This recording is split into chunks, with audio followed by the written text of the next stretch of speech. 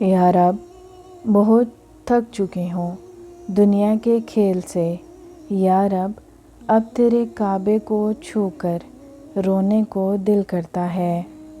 جب تمہارا دل کسی کے گلے لگ کر رونے کو چاہے تو قرآن کو گلے لگا لینا۔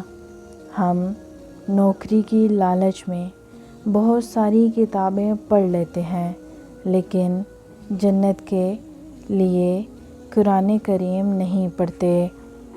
کاش وہ دن جلدی آئے جب ہم مدینے میں بیٹھ کر قرآن پڑھیں۔ قرآن کہتا ہے، عنقریب تمہارا رب تمہیں اتنا دے گا کہ تم راضی ہو جاؤ گے۔ اللہ سب جانتا ہے۔ دنیا کو سچا ہونے کی دلیل مت دو، بس یہی سوچ رکھو کہ اللہ سب جانتا ہے۔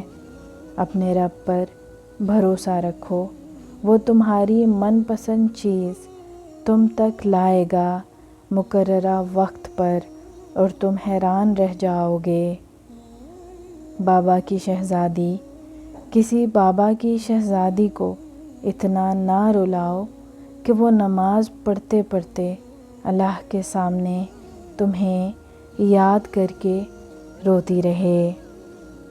سچائی، ہر عورت تمہارا پیسہ دیکھ کر نہیں بکتی۔ کچھ شہزادیوں کو جیتنے کے لیے تمہیں ترازو کے پلڑے میں دولت نہیں عزت کی مقدار بڑھانی ہوگی۔ سورہ رحمن قرآن کریم کی زینت ہے۔ روزانہ اس کی تلاوت کرنے والے کا چہرہ قیامت کے دن 14ویں کے چاند کی طرح چمکے گا، اور اس کو پڑھ کر دم کرنے سے درد میں کمی ہوتی ہے۔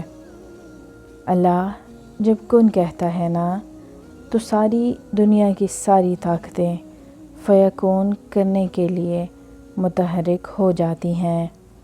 3 لوگوں کی دعا قبول ہوتی ہے۔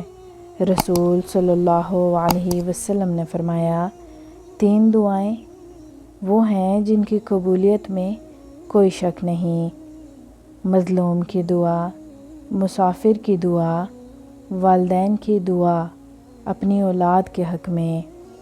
تقدیریں اور تقدیر اللہ کے ایک اشارے پر بدل جایا کرتی ہے۔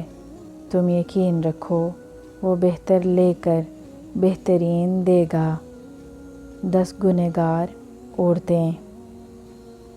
بے پردہ عورت، احسان جتلانے والی، تیز زبان والی، شوہر کی نافرمان، دین کا مذاق اڑانے والی، غیبت کرنے والی، چغل خور، بال کھول کر چلنے والی، ہر وقت موت مانگنے والی، بلا ضرورت گھر سے نکلنے والی۔